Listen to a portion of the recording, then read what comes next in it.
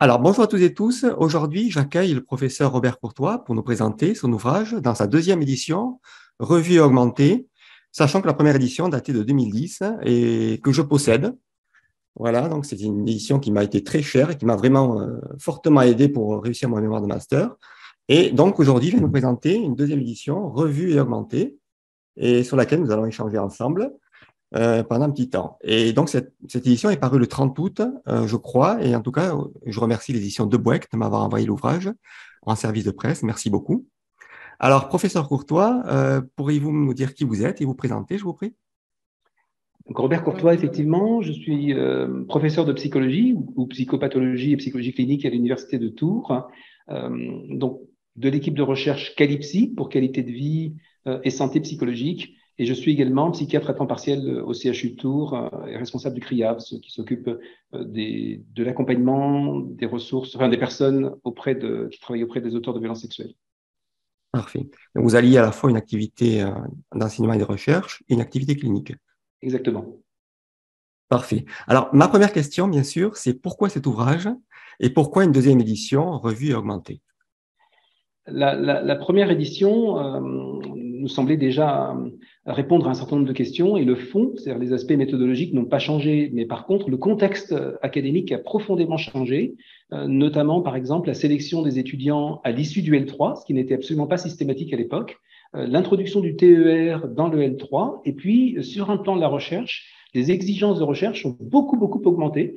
On pense, ou simplement ont mué, se sont transformés. On pense notamment à l'obligation aujourd'hui d'avoir pour toutes les recherches et théoriquement l'ensemble des doctorants et peut-être même, on n'y est pas et ce ne sera sans doute pas appliqué encore aujourd'hui, mais pour les mémoires de Master 1 et 2, la nécessité de déposer et d'avoir un avis éthique avant de commencer à recueillir les données, mais aussi le plan de gestion de données quand on répond à un appel à projet ou pour des enjeux un peu plus importants, la gestion de ces données, de les avoir écrites avant, de les partager, etc. Et puis, évidemment, tous les enjeux de ce qu'on appelle aujourd'hui la science ouverte. Donc, bref, une culture de recherche que les étudiants n'ont pas nécessairement. D'accord. Alors, vous nous dites que c'est vrai qu'en licence, les étudiants n'ont pas à passer devant un comité d'éthique dans un premier temps, alors que ça l'est quand même pour les doctorants. Exactement. Ouais. D'accord. Alors, dans la première édition, c'est vrai que l'ouvrage faisait partie de la collection Ouverture psychologique, avec une recommandation pour préparer plutôt les examens de master. C'est vrai, comme vous le disiez, les étudiants ont maintenant un projet tutoré à faire dès la L3. Est-ce que cet ouvrage s'adresse évidemment aussi à eux en L3, dès la L3? Oui, parce que les exigences méthodologiques sont évidemment exactement les mêmes, et plus tôt ils les ont acquis, et mieux c'est. Ça leur permet ensuite de renforcer ses connaissances et ses compétences, surtout au fur et à mesure de leur mémoire, qu'il s'agisse de mémoire 1. Alors, on en reparlera tout à l'heure, les universités n'ont pas toujours les mêmes demandes, et donc elles peuvent s'appliquer indifféremment, mémoire de recherche, mémoire de professionnels quand ils font un M2 Pro après. Mais la question est toujours la même, c'est-à-dire que je pose un problème, je dis comment je vais y répondre, et je réponds à la question, je compare par rapport au problème de départ aux questions posées, et j'expose mes recherches, je dis ce qu'elles ont apporté à la communauté et je les valorise si possible. Donc, D'accord, je reviens à ça, oui, la démarche est absolument indispensable à la formation des étudiants et il faut l'acquérir le plus tôt possible. d'accord. La seule différence finalement, c'est qu'ils font leur projet, mais ils ne vont pas sur le terrain la réaliser. Exactement, D'accord. exactement. Alors, selon vous, quelles sont les principales difficultés que les étudiants rencontrent quand ils doivent rédiger un mémoire? J'imagine qu'une des premières difficultés, en tout cas c'est celle qu'on rencontrait, et peut-être davantage il y a quelques années que maintenant, c'est la représentation qu'ils en ont. C'est-à-dire qu'ils ont souvent une représentation idéalisée de leur travail, de comment ils l'imaginent, il nous arrive de leur dire que c'est pas l'œuvre de leur vie, c'est qu'un exercice académique et qu'il faut absolument qu'ils comprennent bien les enjeux de cet exercice, certes spécifique, avec une exigence importante, et qu'une fois qu'ils l'ont compris, ils peuvent y répondre. Et finalement, quand ils le comprennent, plus ils sont compétents, c'est répondre à l'exercice, et moins ils travaillent, ou tout au moins, moins ils y passent de temps. C'est-à-dire que c'est gagnant, puisque si on y répond correctement, si la réponse est appropriée, si on a bien compris l'exercice, on y répond dans un temps correct et avec une réussite académique forte. D'accord. Alors, globalement, quelles sont vos attentes à vous et vos exigences concernant les mémoires de vos étudiants de master? Alors, Tout à l'heure, pardon, je complète votre première question. Oui, La représentation est un aspect, mais c'est certainement pas le seul, parce que il y a aussi une méthodologie de travail qu'il faut acquérir. Et les étudiants apprennent, et au fur et à mesure, on voit bien qu'ils avancent dans leur cursus, ils essayent, ils voient ce qui leur réussit à eux, la manière de travailler. Et cet exercice qui est commun à tous les étudiants peut être difficile, même pour des étudiants exigeants qui ont l'habitude de travailler beaucoup et de travailler d'une certaine manière et parfois de maîtriser leur sujet. Apprendre à s'appuyer sur d'autres, à rentrer dans une équipe, à voilà, partager des éléments ou pouvoir avoir une forte adaptabilité entre guillemets, c'est-à-dire celle qu'est l'exigence de ce travail en appui à un directeur, ne va pas de soi. Et là aussi, il y a parfois des difficultés pour ces étudiants-là. Et donc, il faut vraiment que une relation de confiance avec le directeur et si possible, un appui avec d'autres pairs, au sens d'autres étudiants, dans une petite équipe pour qu'ils se rendent compte qu'ils peuvent se laisser porter et finalement avoir là encore une réussite avec des efforts qui seront certes un investissement important, mais pas du tout ce qu'ils imaginaient au départ, donc, avec une meilleure efficience. Voilà, alors on ne fait certainement pas le tour des difficultés, mais c'est certainement ces deux difficultés qui sont les plus importantes. On en avait une aussi peut-être dans les représentations, dans la manière d'aborder les étudiants pour la psychologie, ça concerne aussi les sciences humaines, c'est de penser qu'on était uniquement inscrit, la psychologie, dans les sciences sociales, sciences molles, c'est encore des termes qu'on entend, littérature, ce n'est pas du tout péjoratif, mais bref, on s'éloignait de la culture scientifique. Alors que non, on est très clairement la psychologie, et je pense beaucoup de sciences humaines, avec une exigence scientifique forte, et on ne peut pas être psychologue demain sans avoir cette compétence, entre guillemets, que requiert le mémoire et qui relève d'une démarche scientifique. Et donc là aussi, c'est des éléments que les étudiants doivent entendre, comprendre et puis ensuite acquérir. d'accord. Vous évoquiez, c'est vrai, la difficulté de rédiger la mémoire et peut-être aussi l'opportunité parfois de ne pas vouloir se comparer avec d'autres étudiants parce qu'il y a beaucoup de compétition et comme vous disiez, peut-être travailler peut-être en groupe permettrait aussi peut-être de faire passer mieux ce mémoire, de mieux l'assimiler, de mieux le travailler avec un esprit de compétition un petit peu moindre, qui est Bien forcément, sûr. oui. Oui.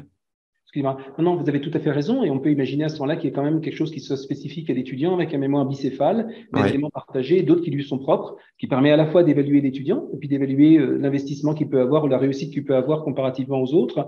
Mais quand on peut faire un travail comme ça sur plusieurs étudiants ou avec un recueil de données commun, donc des éléments partagés, c'est très rassurant parce que l'étudiant n'est pas tout seul, il voit la progression du travail réalisé par les autres, il se cale dedans, et c'est un portage, un étayage qui est très, très agréable et efficace. Mm. C'est vrai que certaines universités font des binômes peut-être. Vous y êtes favorable, vous, à ça? Oui, bien sûr. Bien sûr, tout ce qui peut aider l'étudiant et déconstruire ou démystifier un peu cette idée de mémoire, entre guillemets, est extrêmement importante. Parce que, encore une fois, je pense que maintenant, c'est peut-être quelque chose qui est plus facilement acquis, mais pas pour tous les étudiants. Avant, il y avait vraiment une forme de blocage, de syndrome de la page blanche, de réticence, de conduite d'évitement, etc., par rapport aux mémoires. Et aujourd'hui, on est dans une démarche inverse où on les invite à démarrer sur l'ordinateur pratiquement dès le jour de la première rencontre avec leur directeur, voire même de la thématique choisie, et ensuite qui va être travaillée en fonction de celle du directeur à laquelle on s'adresse. Et tous ces éléments permettant de construire, d'affiner son hypothèse, enfin, sa problématique d'abord et son hypothèse après, et donc d'avoir démarré le travail, et puis de se rendre compte finalement quand on vient à douter ou à se demander où on en est, qu'il y a déjà une grande partie qui est faite. Et si, au fur et à mesure des lectures, on peut avoir son plan IMRAD, donc introduction, méthode, résultat et discussion, bien sûr la bibliographie. Si on peut au fur et à mesure dans son ordinateur écrire ces éléments et les remplir, c'est-à-dire que chaque fois qu'on fait une lecture intéressante, qu'on a choisi l'article ou les articles les plus pertinents en rapport avec la problématique qu'on va investiguer, on peut déjà écrire les résultats de l'article et ceux qu'on escompte nous, c'est-à-dire ceux qu'on espère trouver, ce que l'étudiant devrait, en fonction de la modification de son hypothèse ou des éléments d'originalité que son travail apporte, dégager, ça lui permet finalement d'avoir un travail qui, encore une fois, est pratiquement écrit ou préécrit et qu'il n'a plus qu'à affiner et faire aboutir totalement. Merci. Globalement, comme je vous l'ai demandé, quelles sont vos attentes finalement et vos exigences? J'imagine que vous n'avez pas les mêmes exigences envers des étudiants en licence et en master que les étudiants que vous suivez en doctorat. Bien sûr. Ouais. Alors, les étudiants de licence 3, donc le TER, alors pourtant le TER, travail d'études et de recherche, pourrait s'appliquer tout le temps, et mémoire aussi dans toutes les situations, même si peut-être certains distinguent le TER pour le L3, donc c'est ce que je vais faire, est un exercice déjà intéressant parce que les étudiants doivent aborder une problématique et commencer à imaginer comment la découper, faire une hypothèse, imaginer un, un traitement des données et puis quelques résultats qui leur permettent de discuter et comparer ça donc à d'autres résultats, donc élargir la problématique de départ et des résultats fictifs inventés, souvent proches de ce qu'ils devraient trouver, avec donc le reste de la littérature. Et cet exercice déjà est un très bon exercice qui permet vraiment d'appréhender la démarche. Et les étudiants les plus structurés sont ceux qui réussissent le mieux. Alors, on a deux éléments, c'est-à-dire que le mémoire permet à la fois, par les compétences qu'il permet d'acquérir, de faire monter le niveau des étudiants et demain, quand ils seront professionnels, d'avoir participé à leur formation. Et en même temps, il permet finalement de repérer et voire de sélectionner parfois les étudiants qui ont déjà les aptitudes les plus fortes à pouvoir le réaliser. Et on voit parfois des étudiants qui sont très intéressants, très investis, mais qui vont avoir une multitude, pour ne pas dire une foultitude d'idées, qui partent dans tous les sens, qui sont éparpillées, qui ne veulent rien lâcher, et qui confondent, par exemple, c'est un exemple, leur intérêt épistémophile à eux, voilà, ce qu'ils voudraient investiguer, et puis ce qui est une démarche de recherche qui n'a rien à voir, puisqu'on choisit un micro-objet, on se focalise dessus et on répond un peu comme dans un pas japonais, c'était une métaphore de Claude Bernard, on répond à une question qui vient se confronter aux éléments de connaissance intérieure et qui apporte de nouvelles questions finalement par les résultats et qui s'inscrit dans une connaissance scientifique large, globale, qui va être partagée avec d'autres. Donc, c'est jamais une révolution, c'est jamais ses enjeux personnels, ça n'est que cette démarche scientifique à laquelle on participe. D'accord. En ce sens, peut-être que ce serait une approche très modeste, finalement, de contribution modeste au savoir, sans vouloir tout Exactement. révolutionner. Exactement, c'est ça. Voilà. Apprendre à l'étudiant à être un apprenti chercheur au sens modeste, d'en Ouais. avoir la culture, d'avoir compris la demande et puis d'avoir intégré les attentes. Ce que vous évoquiez, bien sûr, fait écho à la problématique, à cette difficulté. Pourquoi les étudiants, finalement, ont une telle difficulté à élaborer une problématique de recherche? J'imagine qu'il y a aussi beaucoup d'appréhension. Je veux dire, évidemment, c'est chaque fois personnel, mais beaucoup d'étudiants ne savent pas comment commencer, pensent qu'on attend d'eux quelque chose, encore une fois, de très personnel, de brillant, etc. et tout, pensent que le mémoire va permettre de les juger, alors que c'est absolument pas ce qu'on attend, et qu'à l'inverse, pratiquement, et vous parliez tout à l'heure de la différence entre les étudiants de TER et puis de master ou de doctorat, on va attendre d'étudiants un doctorat, bien sûr, d'investiguer, je reviens à ça et je vais répondre à votre question, d'avoir investigué un champ de recherche qui est propre, qui va participer à celui de l'équipe de recherche dans laquelle il s'inscrit, donc à son directeur, mais en même temps d'avoir parfaitement intégré les attentes de cette culture de recherche, donc cette culture scientifique, et de pouvoir demain, si la question se trouve, et elle peut évidemment, pouvoir aborder d'autres thématiques ou en tout cas travailler avec d'autres. C'est-à-dire que ça n'est pas seulement devenir celui qui maîtriserait le plus tel ou tel domaine, mais bien la capacité à travailler en équipe avec d'autres sur des thématiques qui ne seraient pas les siennes. Et ce travail-là, c'est un apprentissage. Certains diront que c'est un métier, mais en fait, comme tous les métiers, ce sont des compétences, je veux dire, et des compétences qu'on peut acquérir. Et donc, pour revenir à ça, ce qu'on attend des étudiants, c'est qu'ils acceptent d'être guidés, emmenés, à la fois dans les éléments de cours, c'est-à-dire que la méthodologie qui est enseignée, à la fois dans l'accompagnement par le directeur, et puis dans les remarques, accompagnement d'abord, presque j'allais dire, à travers les séminaires relationnels, etc. Et puis vraiment sur la base de leurs documents et de l'avancée de ce document, donc du TER ou du mémoire, qu'ils puissent entendre les remarques et qu'elles contribuent à l'amélioration et derrière cette amélioration à celle, encore une fois, d'acquisition des compétences. D'accord. Alors, à propos du directeur de recherche, dans l'ouvrage, vous expliquez très bien justement les relations avec le directeur de recherche et comment gérer cette relation. On constate que beaucoup d'étudiants se retrouvent seuls face à leur mémoire de recherche. À votre avis, comment faire quand on est seul et qu'on n'est pas très bien encadré, qu'on a le sentiment de ne pas être bien encadré? Je pense qu'on a, nous, enseignants-chercheurs, à réfléchir à ces enjeux qui concernent beaucoup d'étudiants. On avait avant, au moment où la sélection se faisait à la fin du M1, Par exemple, pour la psychologie clinique, hein, qui est le département dans lequel je suis, la filière dans laquelle je suis, 15 à 20 étudiants parfois, en tout cas entre 10 et 20 étudiants qu'on devait gérer, ce qui était absolument, quand on a peu de ressources dans un département, quasiment voilà, impossible, entre guillemets. Là, aujourd'hui, avec des promotions de 28 à 30, 32, parfois dans certaines universités un peu plus, hein, étudiants, on va gérer, on va accompagner entre 4 et 6, 7, 8 étudiants, ce qui est très raisonnable. Pour ma part, par exemple, hein, et on essaye dans notre équipe de recherche d'avoir cette réflexion et peut-être de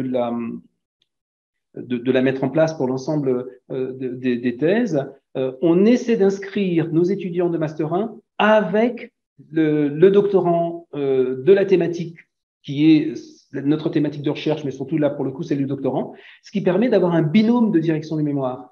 Et le doctorant, qui est souvent plus proche, et par l'âge, et par la situation dans laquelle lui-même et d'apprentissage, et puis le directeur de recherche qui peut être moins accessible ou moins disponible, simplement du fait de l'ensemble des tâches qu'on peut avoir. Donc, je réponds à votre question en disant que si on peut faire des binômes, si on peut s'appuyer sur d'autres étudiants plus vieux, sur le doctorant, et qu'il peut y avoir une codirection à plusieurs, c'est l'occasion pour le doctorant de continuer à apprendre, de faire valoir ensuite dans son cursus, et donc évidemment, s'il se destine à devenir enseignant-chercheur, de faire valoir lui-même dans son parcours, dans son curriculum vitae, ses co-directions de mémoire. Donc l'occasion, j'allais dire, pour le doctorant de continuer à affiner l'apprentissage, l'acquisition de ses connaissances, compétences, et puis pour l'étudiant de se rendre compte que le doctorant est lui-même passé par là, et encore une fois, que ça reste très accessible, et d'avoir un étayage renforcé. Merci. Et c'est vrai que parfois, les étudiants n'osent pas aller demander au directeur de recherche. Et pourtant, c'est une démarche quand même qui est tout à fait louable, sans aller le déranger. Il est là pour ça. Est-ce que vous pensez quand même qu'on peut quand même aller demander sans trop insister quand on a besoin, vraiment besoin?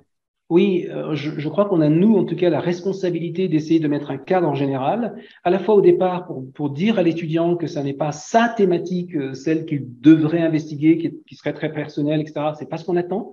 On lui demande de s'inscrire dans un travail fait. Et donc, à ce titre-là, il peut déjà voir ce que le laboratoire, comment le laboratoire travaille, des publications, les appels à projets, enfin, tous les éléments, donc, je veux dire, de la production scientifique du laboratoire. Donc, ça, c'est déjà précieux. Quand il a un lien avec le doctorant, il a aussi accès à d'autres éléments qu'il n'avait pas vus ou compris, que le doctorant va pouvoir lui expliquer, auxquels il lui donnera accès. Et donc, je reviens à ce que vous disiez. Donc, on a à aider l'étudiant à se décentrer de lui, ensuite à essayer de trouver la bonne distance, entre guillemets, par rapport à son directeur de recherche. Les séminaires, quand ils sont programmés, permettre ça. Quand ils ne le sont pas, il faut absolument solliciter le directeur pour avoir une régularité des rendez-vous, au moins suffisamment dans l'année, pour avancer suivant les différentes étapes qui sont attendues. Alors c'est vrai que l'ouvrage, c'était un élément de réflexion qu'on avait eu il y a 10 ans, peut permettre d'avoir une sorte de grille un peu en arrière-plan. Chacun des directeurs, directrices,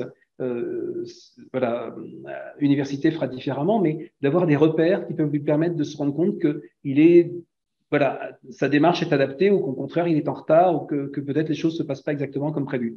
Et il faut non pas harceler le directeur, mais en même temps se montrer suffisamment insistant pour bien avoir les retours qui lui permettent de ne pas faire seul. Et ça, d'autant plus pour les étudiants qui s'imaginent qu'on attendrait d'eux, qu'ils fassent leur mémoire tout seuls, ce qui n'a pas de sens, vous l'avez bien compris. Et donc, il faut les border, les accompagner au début, et suffisamment pour que ce soit très contenant et que la démarche qui est la leur soit dans un cadre général sécurisant. Très bien. C'est vrai que vous l'expliquez très bien à l'ouvrage. Il y a une partie consacrée vraiment à ça sur plusieurs pages.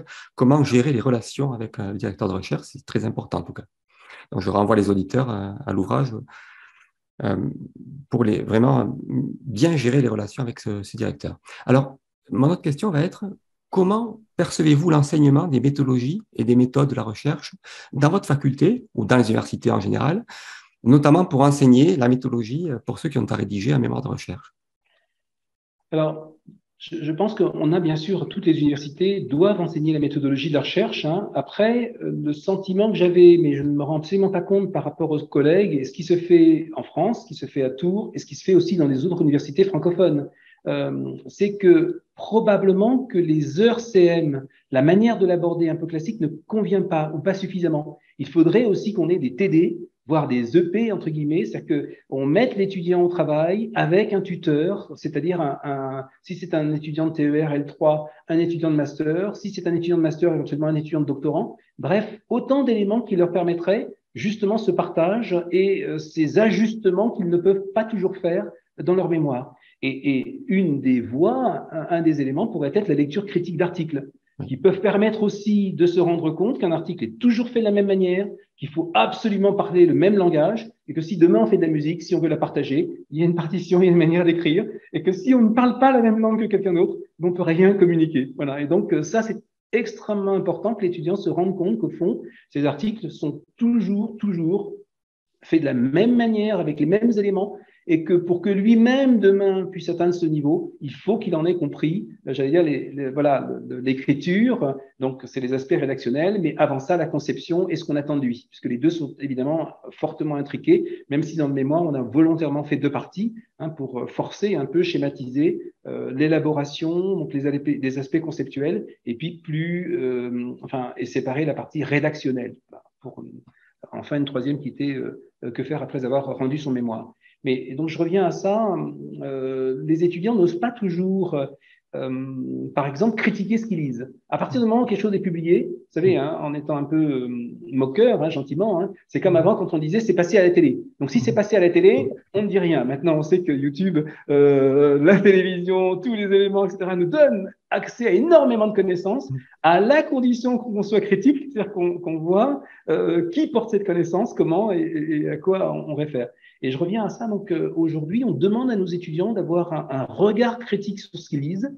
Bien sûr, que par exemple, les connaissances des revues qui les publient sont un des éléments, mais pas les seuls. Les auteurs, ce qu'ils ont publié, en quoi ils sont experts de ce domaine. Et puis, simplement qu'ils s'autorisent à être critiques dans le sens de synthétiser les données, de dire ce qui va dans la même direction, ce qui au contraire apporte des éléments contradictoires, et pourquoi, et donc à partir de là de faire des hypothèses. Et quand ils peuvent faire ce travail, oser le faire entre guillemets, et que le directeur les accompagne, c'est pour eux extrêmement formateur, et puis ça fait vraiment avancer leur problématique. Alors que s'ils se contentent de copier-coller un auteur une idée, comme ça avec un mémoire tapé au kilomètre, ça n'a aucun intérêt. Et évidemment, s'ils ont loupé entre guillemets cette première partie de l'introduction donc de la problématique et l'hypothèse, ils ne pourront pas aborder correctement la seconde. C'est ça. Ce que vous évoquez, c'est vrai, c'est la différence entre les revues de la littérature, qu'on va qualifier de catalogue, où il n'y a pas, c'est traité très superficiellement par rapport à ceux qui ont creusé, qui ont fait des liens entre les études. Et c'est en ça que c'est une revue critique, sans qu'elle soit, voilà, on peut parler de problématique et de revue problématisée, mais être critique, c'est aussi, voilà, ne pas critiquer pour critiquer, c'est avoir un jugement critique, sur la revue de la littérature et confronter les auteurs entre eux. C'est ça, dont vous parlez également, Exactement. Alors, si vous voulez bien, je me permets, on se comprend, mais peut-être de redire pour les étudiants qui pourraient aussi entendre le mot revue de littérature dans un autre contexte, que ce mot est aussi employé, vous le savez, pour parler d'un exercice particulier qui consiste lui-même à une vraie démarche IMRAD, une vraie démarche scientifique. Je me pose un problème, c'est-à-dire que c'est de synthétiser les connaissances du moment, des 10 dernières années, dans tel ou tel domaine, etc., sur une question précise. Je vais chercher tous les articles je pose une méthode, je respecte cette méthode, j'ai un résultat et je rencontre du résultat de façon structurée. Et ça, c'est un exercice extrêmement précieux parce qu'il va produire à son tour une connaissance. Voilà. C'est un exercice qui suit un plan qu'on appelle Prisma, qui est extrêmement rigoureux, qui sert aussi aux méta-analyses. Pour revenir à ça, quand effectivement les étudiants font ce qu'ils appellent, et vous l'avez aussi dit comme ça parce que c'est vrai, revue littérature au sens de questions de littérature ou questions de réflexion, je ne sais pas comment l'appeler autrement, mais donc ces éléments, il est vraiment très important qu'ils comprennent, et ça, je pense que c'est un message qui passe de plus en plus, qu'on les attend pas, donc c'est pas une attente autour du nombre d'auteurs qu'ils vont citer, ça n'a pas de sens, ou de la quantité d'auteurs, si c'est superficiel, s'ils n'ont pas compris, et au fond, s'ils n'ont pas maîtrisé, c'est-à-dire dégagé de la problématique en entonnoir, une, deux, trois questions pertinentes, avec les questions hiérarchisées, etc., ça ne sert à rien, entre guillemets. C'est-à-dire que voilà, ça n'a pas fonctionné. Donc, on attend d'eux un travail qualitatif beaucoup plus intéressant et important qui permet encore une fois. Mais pour pas faire peur aux étudiants, quand on commence à construire les enjeux donc, de cette littérature à l'appréhender, quand on commence à poser la problématique, ses hypothèses, à rassembler ses outils, voir si on a des outils qui permettent effectivement de répondre à la question posée, quelle que soit la forme, hein, donc problématique, hypothèse, voilà, objectif entre les deux.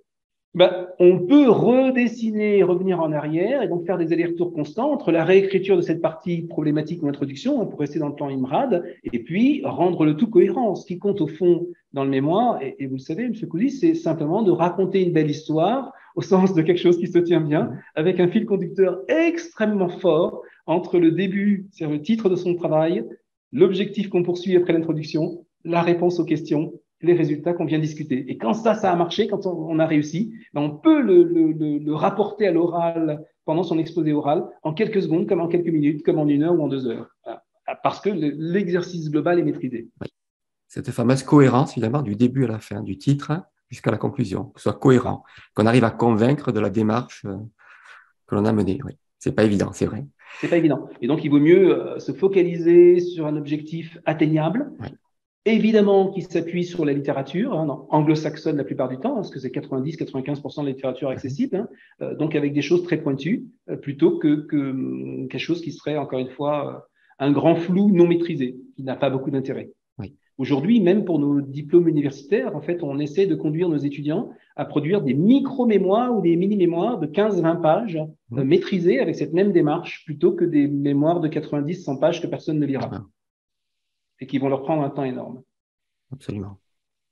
Je voulais vous demander également si vous pensiez qu'à l'université, on a tendance à privilégier plutôt les méthodes quantitatives, puisque depuis la L1 en psychologie notamment, on apprend les statistiques.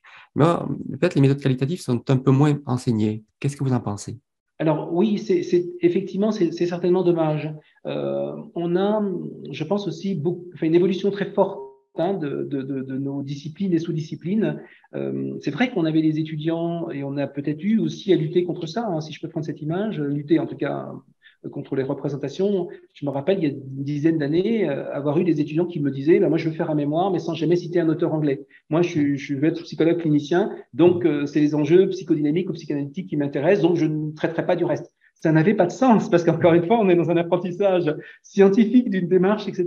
Et quels que soient les éléments théoriques auxquels va se référer l'étudiant, il a la même démarche et donc d'aller chercher les connaissances là où elles sont. Je close ça donc pour dire que l'approche quantitative, évidemment, est beaucoup plus, on peut la partager plus facilement, on peut avoir une démarche qui va pouvoir être appréhendée d'une certaine manière plus facilement. On se rend compte aujourd'hui qu'on a besoin de revenir aux éléments qualitatifs et de plus en plus de revues nous demandent de faire des mixtes, entre guillemets, des combinaisons, entre guillemets, d'aspects quantitatifs et qualitatifs. Et donc, il faut qu'on puisse aussi réapprendre de ces manières, de ces approches qualitatives, mais là encore avec rigueur et exigence. Oui. Un enseignant que j'ai eu, qui a été très important pour moi, me disait, pour faire du qualitatif, il faut que ce soit très bien fait par rapport au quantitatif. Il avait raison. Exactement. Il faut une démarche rigoureuse pour montrer vraiment que, comme il y a un petit moment de scientificité, il faut vraiment montrer la démarche, en tout cas, et parfois aussi, quand on mène du qualitatif, ne pas la mener seule, parce qu'il y a ce phénomène de subjectivité, peut-être. Bien sûr. Parce que dans ce que vous venez de dire, hein, de manière sous-jacente, il y a que la science doit pouvoir être reproduite et que l'expérience qu'on fait, on doit pouvoir en rendre compte et que n'importe qui passe derrière avec les mêmes éléments, les mêmes paramètres, doit pouvoir retrouver les mêmes résultats. Hein, voilà. La même chose. Bien sûr. D'où l'intérêt de bien décrire sa méthode, c'est une partie importante, bien sûr, qu'elle soit reproductible dans la mesure du possible. Vous voulez rajouter quelque chose par rapport à ça? Non. Non? Alors, mon autre question, c'est vrai que dans l'ouvrage, vous évoquez singulièrement comment différents étudiants, notamment Barbara, arborent un sujet peut-être trop personnel. Et c'est très courant en psychologie. Hein. En fait, pas qu'en psychologie, mais ça l'est en psychologie. Est-ce que vous avez le sentiment que beaucoup d'étudiants en psycho ont tendance à choisir des sujets qui leur sont personnels pour réaliser leur mémoire? Alors, peut-être moins maintenant en master parce que il me semble, hein, en tout cas, je vais parler uniquement pour l'Université de Tours, parce que j'ai peut-être pas suffisamment de recul, mais il me semble que quand on a échangé avec nos collègues, hein, donc les contributeurs de l'ouvrage, hein, les enjeux étaient les mêmes. On prévient très tôt nos étudiants de ce qui sera possible et pas possible. Et de la même manière, vous savez que dans un amphi, quand on aborde, je sais pas moi, les addictions ou les traumas, on prévient tout de suite les étudiants qu'il ne s'agit pas du tout, en posant la question, d'aborder des choses personnelles, et certainement pas là en amphi devant tout le monde. On borde les choses en leur disant voilà ce qu'on attend et probablement que vous n'aurez pas beaucoup de choix du sujet puisqu'il vous faut aller chercher un directeur et pour que ce soit efficace, un directeur, que vous allez attraper, entre guillemets, je dis ça comme ça très simplement, dans sa compétence. Et donc, en allant ensuite chercher dans ces éléments de recherche ce que vous pouvez faire et comment vous pouvez le défendre. Pour revenir à ça, on le retrouve, je trouve, davantage dans les étudiants de TER qui, dans ce qu'ils vont aborder, quand ils ont le choix, vont souvent chercher les éléments, enfin, souvent. En tout cas, une partie d'entre eux vont chercher les éléments personnels ou qui s'apparentent à. Et là encore, on essaye vraiment bon, alors pas toujours de façon directe, mais au moins dans la correction qu'on en fait, l'accompagnement qu'on en fait, leur demander un peu ce qu'ils veulent dire, voilà, ce qu'il y a de sous-jacent, de sous-tendu dans cette démarche, et puis donc de les ramener à plus comment dire, d'objectivité. d'extériorité, Ouais. d'objectivité, etc. Merci. Et donc à travers ça, souvent, ils font ce pas de côté qui leur permet d'eux. Et voilà. C'est impératif parce que, vous l'avez évoqué tout à l'heure, le mémoire ou le TER n'est qu'un exercice académique. Et donc, il n'est absolument pas question dans cet exercice d'aborder des éléments personnels de son histoire. Et si un jour on veut écrire un ouvrage, témoigner, enfin faire d'autres choses, bah, ce sera un autre exercice. Voilà, chaque exercice a sa finalité et celui-là est très clair. C'est l'acquisition de compétences et à travers donc la défense au sens de l'exposé oral, montrer qu'on a effectivement atteint cet objectif. C'est vrai qu'on parle à la première personne du pluriel dans un mémoire, nous, hein, on ne parle jamais au jeu. Et peut-être, bien évidemment, on ne peut pas dire là quelle est l'origine de notre idée de recherche, mais on peut peut-être le dire éventuellement lors de la soutenance. Est-ce que ça vous paraît faisable de le dire Bien sûr, bien sûr. sans projet? Oui. Et évidemment, c'est-à-dire que si l'étudiant a bien compris, entre guillemets, les attentes universitaires, donc académiques, c'est beaucoup plus simple d'y répondre et puis ensuite de glisser d'une certaine manière ou se débrouiller pour voilà, dire son originalité ou comment il les a interprétés, etc. Ça ne pose pas de problème. En fait, plus l'étudiant est pertinent, ingénieux, créatif, etc., très bien, à la condition qu'il ait compris ce qu'on attendait de lui par ailleurs et qu'il soit capable d'avoir ces réponses-là. Donc, en fait, il faut pouvoir embrasser dans le sens de comprendre l'exercice et y répondre avant de pouvoir être original ou créatif. Alors maintenant, je voudrais vous demander, dans l'ouvrage, vous décrivez très bien les bases de données de recherche utilisées en psychologie. Est-ce que ces bases de données ont évolué depuis 2010, date de la parution de la première édition? Est-ce qu'elles ont changé dans leur forme, dans leur moyen d'interrogation? Est-ce qu'il y a eu une nouvelle base de données? Peut-être deux éléments de réponse par rapport à ça. Ce qui a certainement beaucoup changé, c'est que les étudiants ne se rendent pas forcément compte en fait qu'ils s'adressent à un service commun de documentation, donc ce qu'on appelle la BU, une bibliothèque universitaire, qui a des abonnements. Et qu'en fonction des abonnements, il y a presque une forme de transparence. Je pose une question ici, dans une ligne, etc., qui est traduite d'une certaine manière, et je vais trouver des ressources, donc la plupart du temps des articles, sans savoir exactement par où je suis passé et quelle base a été interrogée. Et d'autres fois, je peux au contraire m'adresser à une base précise. La base de référence pour la psychologie reste PsycInfo de l'APA, hein, donc l'Association américaine de psychologie. Et cette base-là, par exemple, la philosophie, l'objectif de la base reste la même. Par contre, évidemment, au fur et à mesure des années, elle est fortement enrichie et on a aujourd'hui des millions de données. Alors, après, en fonction des abonnements de son service commun de documentation, on peut avoir, par exemple, on peut passer par une plateforme ESBCO, donc ESBO, j'ai du mal à le prononcer, excusez-moi, et ou directement être abonné à l'APA. Pour l'Université de Tours, par exemple, on a un abonnement direct à l'APA qui vient modifier, entre guillemets, la présentation. Donc, donc l'université a choisi de faire coexister les deux un temps. L'année prochaine, on aura directement, uniquement la plateforme directe de l'APA et qui, en plus, offre des vidéos et des ressources supplémentaires que n'offre pas la précédente. Donc, je pense qu'il faut surtout que l'étudiant retienne que c'est en fonction des abonnements de son service commun de documentation. Oui. Et que pour lui, ça reste transparent pourvu qu'il y ait accès. On peut y voir peut-être quelques inégalités peut-être en université, peut-être qu'ils sont abonnés, d'autres pas. Ça va dépendre de chaque université, finalement. C'est très, très clair, un peu, hein, si on prenait la métaphore pour nous, enfin pas la métaphore, mais la mise en parallèle pour les enseignants-chercheurs, quand on fait partie d'une équipe, peut-être INSERM ou UMR, etc., on a sans doute plus de moyens, ou pas les mêmes, ou parfois accès à des données qu'on n'a pas. Et quand on travaille avec des collègues étrangers, on se rend compte qu'ils ont accès à des ressources auxquelles on peut ne pas avoir accès. Voilà, oui, bien sûr. Et certains qui n'ont accès à rien quasiment, peut-être, dans certains pays, peut-être, ont accès à Google Scholar éventuellement, qui est une base de données avec ses défauts, bien sûr, mais qui est peut-être un premier jet aussi. Oui, qui est précieux, effectivement, qui permet au moins de voir ce qui existe, hein, et puis peut-être aussi le nombre de fois que l'article, le livre et l'ouvrage est cité, etc. Et tout, c'est déjà un bon début, entre guillemets. Après, il faut absolument avoir accès à des bases de données. Hein.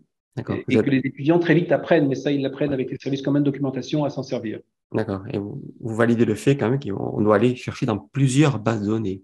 Alors, c'est Ah, absolument essentiel. Et là aussi, hein, quand on a fait la première version de cet ouvrage, c'était pour répondre à des questions qui se répétaient. Certains étudiants, par exemple, nous disaient, je n'ai rien trouvé, je vous jure, madame, enfin, je plaisante, hein, c'est référence au c'est film, vrai. mais voilà, trois petits points, etc. Et évidemment que ça n'était pas vrai, parce que quand vous connaissiez le domaine, vous saviez que ce n'était pas le cas. Mais ils avaient cherché dans une base de données, Kern, par exemple, qui fait essentiellement des articles, des ouvrages francophones, ou Medline, ou une autre, et puis ils disaient, j'ai rien trouvé. Mais ils n'avaient rien trouvé pour cette base de données-là, alors Ouais.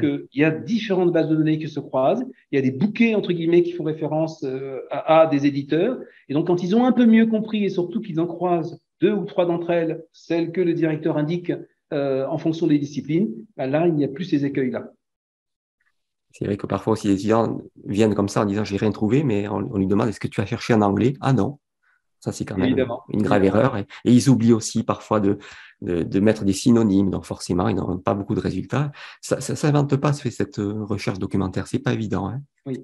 Ouais, Alors on a essayé dans cet ouvrage effectivement de répondre à toutes ces questions, en ouais, fait, hein, à peu près toutes les questions qui pouvaient se poser dans les différentes phases, entre guillemets, de son mémoire. ouais. Donc cette première phase d'élaboration, introduction, hypothèse, méthodologie au début de méthodologie, et puis début des résultats, le recueil, et puis la seconde phase qui est vraiment la rédaction, qui évidemment en réalité accompagne la première, hein, mais au moins ces deux grandes phases distinctes, hein, Tout pour ne à pas fait. parler de celle d'après-mémoire. Et vous décrivez très bien les opérateurs booléens qu'il faut à tout prix utiliser et à bon escient dans les moteurs. Et c'est ça qui est important pour avoir de bonnes recherches après. Ouais. Alors maintenant, je voudrais revenir sur la soutenance. Et vous savez que beaucoup d'étudiants se demandent quel poids la soutenance dans une note finale accordée à mémoire. Est-ce que vous pourriez nous expliquer ce qu'il en est en tout cas, en général, et également de votre propre grille d'évaluation pour les soutenances de vos étudiants en master? D'une manière générale, je pense que la soutenance est un moment capital. C'est-à-dire qu'en fait, on dit volontairement aux étudiants que dans certaines universités, ou en fonction du diplôme dans lequel ils sont, hein, diplôme de fin d'année, diplôme universitaire, master 1, master 2, etc., la soutenance peut valoir la moitié des points. Très Ouais, sincèrement, 50% de la ouais. note, et certains collègues mettent 50%. Alors, tout ça, ce sont des critères connus que les universités appliquent, Mhm. hein, en fonction des diplômes, mais 50% pour l'écrit, 50% pour l'oral. Donc, c'est très important. Et quand bien même ce ne serait pas ça, en fait, l'étudiant présente son travail qu'on a un peu oublié, c'est-à-dire qu'on a Mhm. lu, qu'on a accompagné, et ou pour le deuxième enseignant-chercheur, et ou le professionnel qui accompagne quand il y en a un, pour les mémoires par exemple en Master 2, même s'ils ne sont pas toujours de la même nature, on a un peu oublié le travail, et l'oral doit restituer et la qualité et l'exigence et l'originalité de ce travail. Et quand l'étudiant réussit cet exposé oral, en fait, il bonifie son écrit de départ. C'est très, très clair. C'est-à-dire que l'exposé oral est un autre exercice qui vient compléter le travail écrit et il est essentiel. Parce qu'il vient aussi être évalué sur plusieurs niveaux. C'est-à-dire qu'on évalue à la fois le diaporama lui-même, pas trop chargé, etc., et tout bien écrit, les figures qui sont rapportées, les choix, parce qu'on ne peut pas tout présenter. Donc un diaporama qui va aussi accompagner le propos, la parole de l'étudiant, donc qui va permettre d'avoir une bonne cohérence et de faciliter la compréhension pour le lecteur. Donc, le diaporama lui-même est déjà un exercice en soi. Mais après, la prise de parole, est-ce que l'étudiant est très inhibé? Est-ce qu'il a du mal à parler? Donc, bon, quelque chose en tout cas qui renvoie à ce qu'il est. On peut faire des efforts par rapport à ça, on peut s'entraîner. Et enfin, et bien sûr, la capacité que l'étudiant a de restituer de ce travail, d'en avoir une forme de maîtrise, et donc notamment dans les réponses au jury et dans les réponses argumentées au jury. C'est tout ça qu'on va évaluer et c'est tout ça qui va être pris en compte. Et quand un étudiant donc, réussit l'ensemble de ces trois éléments, trois dimensions, eh bien, voilà, c'est très positif et ça vient plutôt nous inciter, j'allais dire, à valoriser l'ensemble de son travail, donc de la note finale. J'imagine aussi que vous appréciez aussi quand l'étudiant prend du recul sur ce qu'il a produit en l'ayant déposé Exactement. quelques semaines avant. Ouais, ouais. C'est absolument indispensable. Hein, et donc, c'est pour ça qu'il faut rendre son travail dans les temps. Il Mhm. faut pouvoir prendre du recul. Il faut pouvoir critiquer le travail. Pas trop. Il faut trouver un Mhm. bon équilibre. Hein, si vous venez et que vous démontez votre travail en disant que ça n'en valait pas la peine, ben, vous allez conduire le jury à avoir aussi une appréhension négative de ce travail. Mais par contre, il faut éviter que ce soit le jury qui vous montre, entre guillemets, des insuffisances que vous n'auriez pas vues ou pire, que vous n'auriez pas anticipées, comprises. Donc, voilà, donc c'est-à-dire que ne pas les voir, on peut être pris dans son travail, ne pas se rendre compte exactement des lacunes qu'on a pu avoir, des insuffisances, mais au moins en avoir conscience un peu et avoir pris un peu de recul par rapport à ça, et si possible, apporter des réponses différentes qui Bien viennent sûr. compléter et corriger d'une certaine façon. Est-ce qu'il est possible peut-être au début de la soutenance, avant de démarrer, d'indiquer au jury peut-être qu'on s'est rendu compte qu'on avait fait quelques erreurs et de les évoquer peut-être avant qu'ils ne le fassent eux-mêmes? Bien sûr, bien sûr. Après, il faut trouver encore une fois le bon équilibre pour que ce soit productif au sens de intéressant pour l'étudiant et que ça montre toujours l'ensemble des capacités de l'étudiant, voilà, que ça ne le dessert pas. Il faut trouver, par exemple, c'est la même démarche pour l'erratum. On peut apporter un erratum en disant j'ai fait des coquilles là, etc. Et tout, mais Mm. si on apporte un erratum de 8 pages Mm. avec énormément de coquilles, on démonte d'une certaine manière son travail. Donc, Mm. faut pas le faire. Et s'il y a beaucoup de fautes, faut peut-être pouvoir s'excuser autrement ou demander voilà, la tolérance, l'indulgence du jury autrement. Alors, voilà, il faut trouver une manière de communiquer qui reste la réalité, mais qui vous reste favorable ou pas trop défavorable en tout cas. D'accord. Sans s'auto-saboter. Sans s'auto-saboter, pour ne pas D'accord. s'auto-saboter, sans se mettre non plus en avant en disant que c'était Mm. génial et formidable, hein, parce que ça, Oui. c'est le jury qui va en juger, évidemment. Hein. Il faut trouver un juste milieu alors. Voilà. C'est ce que vous conseillez. C'est ça, tout en défendant son travail Mm. et en ayant pris du plaisir à faire ce Oui. travail. Ça, c'est aussi un élément important. Quand l'ensemble de la démarche a fonctionné, quand la relation au directeur a été bonne, quand il y a eu du plaisir finalement à faire cet exercice et que ça se ressent, ben, je veux dire que tout le monde est satisfait d'une certaine manière de clore, entre guillemets, voilà, une démarche qui a été positive et constructive pour tout le monde, là, Mm. pour le directeur, le laboratoire, pour éventuellement la valorisation, peut-être on en dira un mot tout à l'heure, hein, pour les éléments de valorisation que ce travail va peut-être permettre, et puis surtout et toujours pour les compétences acquises. Mm. Dans ce sens-là, c'est vrai que vous avez intitulé le premier chapitre de votre conclusion, de la contrainte peut parfois naître la liberté et parfois l'excellence. Alors c'est vrai que parfois les étudiants voient le mémoire comme étant une vraie contrainte, un vrai défi, et ça leur coûte vraiment. Et ils le voient comme un exercice universitaire qui leur est imposé finalement, avec parfois de lourds enjeux, hein, notamment pour la sélection master. Est-ce qu'on peut dire que la conception et la rédaction de mémoire permet de développer finalement de nouvelles compétences qui serviront plus tard, notamment ce qu'on appelle maintenant les soft skills? Très, très clairement, hein, je pense que vous avez tout à fait raison. On se rend compte que le mémoire sert une démarche scientifique, des compétences qu'on va acquérir, mais qui ne sont pas seulement du domaine de la science, mais simplement d'une manière, pas dire, structurée de poser une question. C'est-à-dire que quelle est la question que je me pose? Qu'est-ce que j'en comprends? Comment je pourrais demain investiguer cette question? On se rend compte que quand on s'est posé une question de recherche, la manière de l'investiguer va déterminer les outils et l'hypothèse, le recueil. Et que le recueil va permettre d'avoir des réponses différentes, alors qu'on a posé la même question mais qu'on l'interroge différemment, avec des outils différents, va permettre ou non d'aborder la manière de travail différemment. Donc, je reviens à ça. Poser une question, avoir compris le problème, poser une question, dire aux autres comment on va y répondre, apporter des réponses est essentiel et ça, on va s'en servir toute la vie, toute sa vie. Dans son travail de psychologue, c'est-à-dire qu'aujourd'hui, on ne peut plus être dans une démarche au sens d'accompagnement de quelqu'un, que ce soit l'investigation psychologique, que ce soit des éléments d'accompagnement psychothérapique. On ne peut absolument pas avoir de démarche qui ne reprenne cette base, entre guillemets, de fonctionnement. Donc, cette démarche. Donc, on a toujours la même, enfin, ce qu'on acquiert ici à travers le mémoire, finalement, va servir toute sa vie de jeune adulte, d'adulte, dans son travail, que ce soit en psychologie ou ailleurs. Et je trouve que cette démarche scientifique, d'apprentissage, entre guillemets, du mémoire, si l'étudiant comprend, et je reprends votre question de la contrainte, que c'est finalement une contrainte qui va lui être utile à lui, et que le premier bénéficiaire d'un exercice réussi, ce sera lui, pas seulement à travers sa note, pas seulement à travers le parcours académique, mais ce qu'il en fera après, eh bien bingo, c'est-à-dire qu'il en a tiré un avantage. Si au contraire, il y a une forme de réticence, d'évitement, d'opposition, tout ce que vous voulez, qui est une démarche très personnelle et de sabotage d'une certaine manière, sans même forcément qu'ils s'en rendent compte, de ce travail-là, il passe à côté d'eux. Et on a beaucoup d'étudiants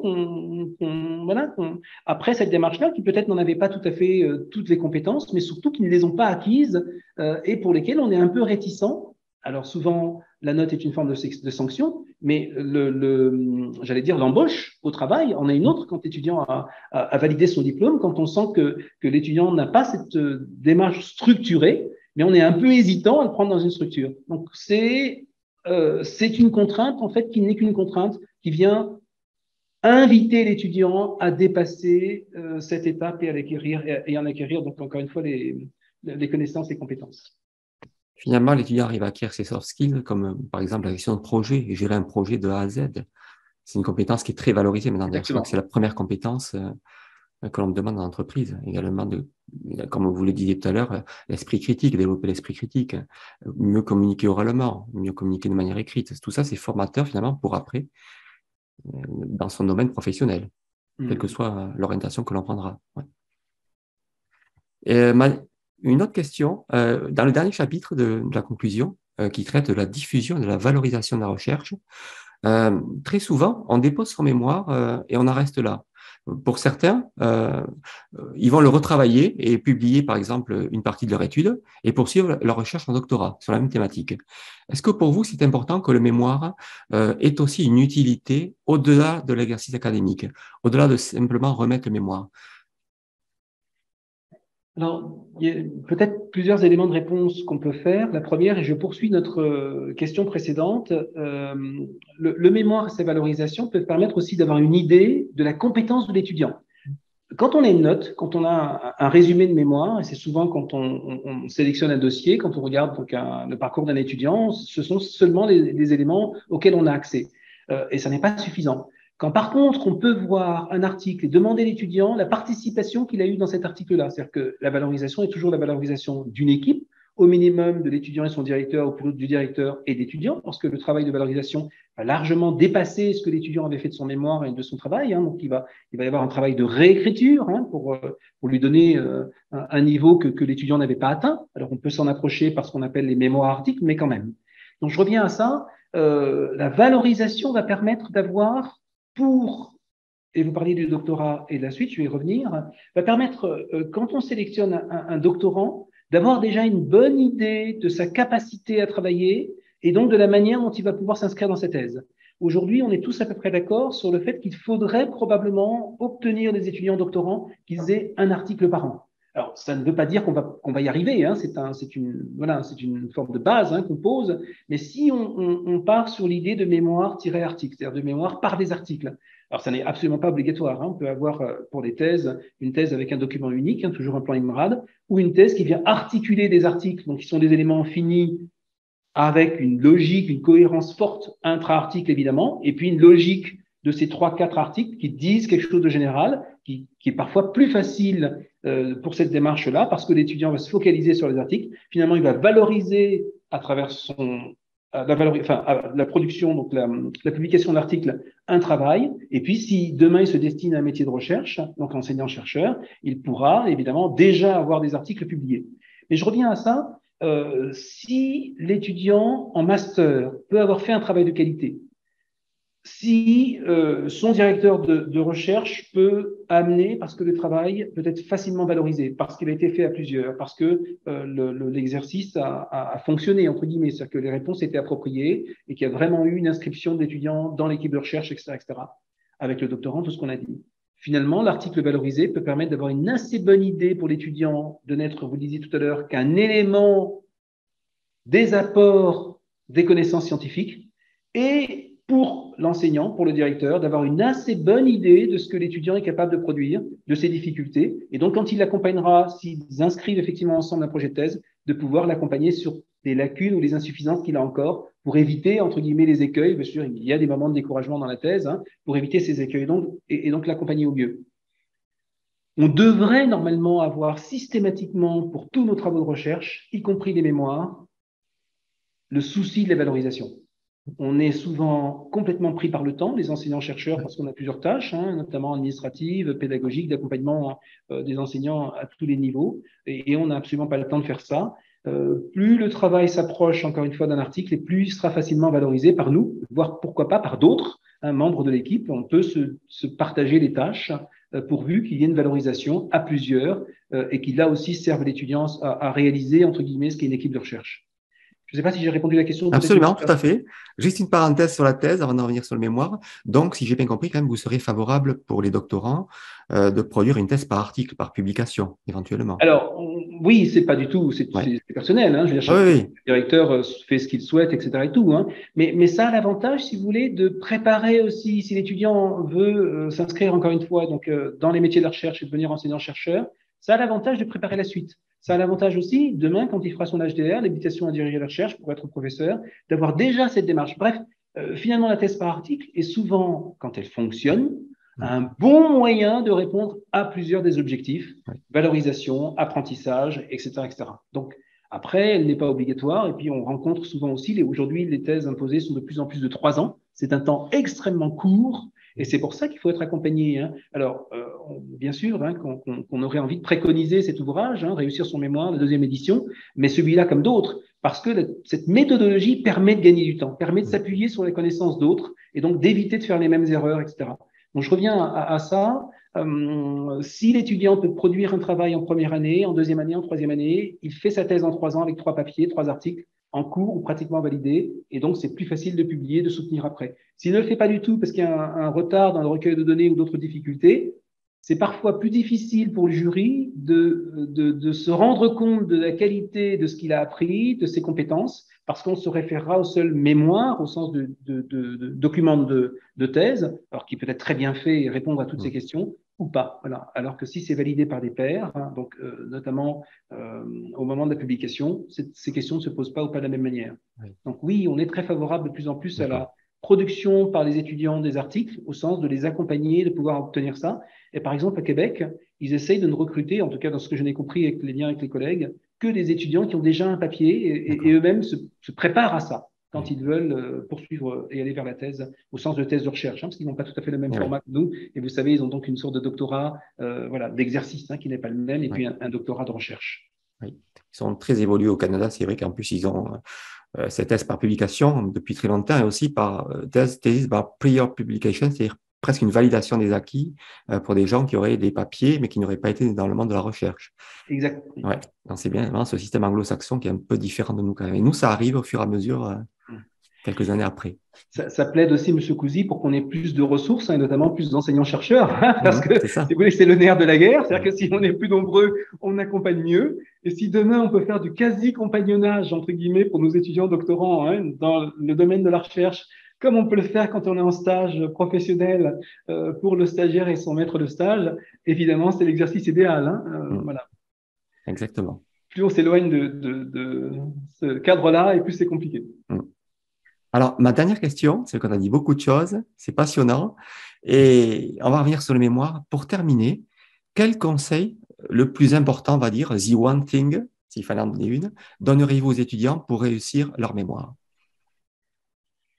Alors, c'est une question difficile. Ah oui, hein. c'est difficile. Je serais tenté de dire que c'est d'abord de repérer un article en anglais qui rend compte le mieux possible la question qu'on se pose et de voir comment les collègues ont répondu à cette question, à la fois dans la présentation, la maîtrise, la synthèse de la partie introductive, donc des concepts, de l'hypothèse, des outils bien sûr, et ensuite des résultats. Plus on se focalise, entre guillemets, sur ce seul papier ou les 2-3 papiers similaires, plus on fait le lien avec son directeur de recherche et ses propres thématiques de recherche, et plus c'est facile, d'une certaine manière, de se dire, à mon niveau, en accord avec mon directeur, dans les ressources ou dans l'objectif du laboratoire ou des thématiques du directeur, voilà ce qu'on peut investiguer. Vous voyez ce que je veux dire? C'est-à-dire que ça permet déjà de faire une grande partie du travail. Ouais. Si on veut absolument inventer la science et partir avec une idée personnelle, qu'est-ce qu'on perd comme temps, je veux dire, à comprendre, à passer à côté, à réinventer pour se rendre compte qu'on voilà, on va aboutir plus ou moins péniblement à un travail honorable, alors qu'on aurait pu gagner, entre guillemets, du temps dans une démarche beaucoup plus focalisée et qui s'appuie davantage sur l'expérience des autres et sur l'inscription dans cette équipe.